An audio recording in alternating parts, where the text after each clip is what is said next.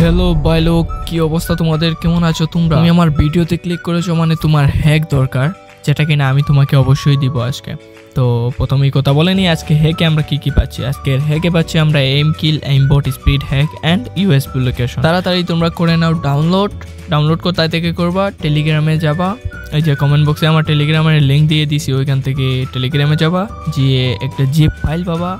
Zip file unlock করার জন্য password লাগবে, 4টা ডিজিটের পাসওয়ার্ড আছে, এটা দিয়ে তোমরা জিপটা আনলক করতে হবে। তো পুরো ভিডিওগুলো দেখো, ঠিক আছে?